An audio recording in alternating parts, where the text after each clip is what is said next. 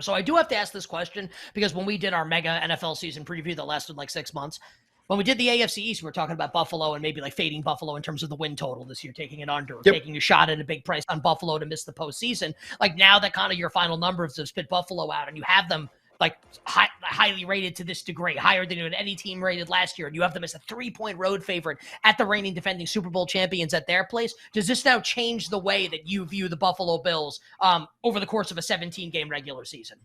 No, it's a great follow-up question. I'm sure people are listening asking themselves the same thing. Like, wait a minute, you're on the Bills to miss the playoffs at like a really big number. Alt win total under, maybe something like that. But really, to miss the playoffs at 4-1 seemed really appealing, and it still seems really appealing. Like the methodology to get to both bets is like completely different, right? Like I happen to like the Bills in this game because of what the market price is, or I may happen to like the Bills depending on what the market price is, but that's no guarantee I'm going to like the Bills in any other game the rest of the season. I may actually like the opposite side in a bunch of games the rest of the season. We don't know what those markets are. So each decision about a game market is going to be made that week about that game, and it's going to entirely be driven by price.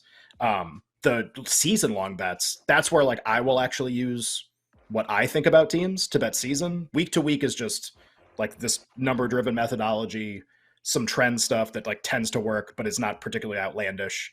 And that's like kind of how decisions get made week to week, and you just go where the market goes. So yeah, it's just all based on price. But I can like the Bills in week 1 at like a kind of a pick kind of a number, and still think over the course of 17 games they're going to miss more than 1 out of 4 in the playoffs.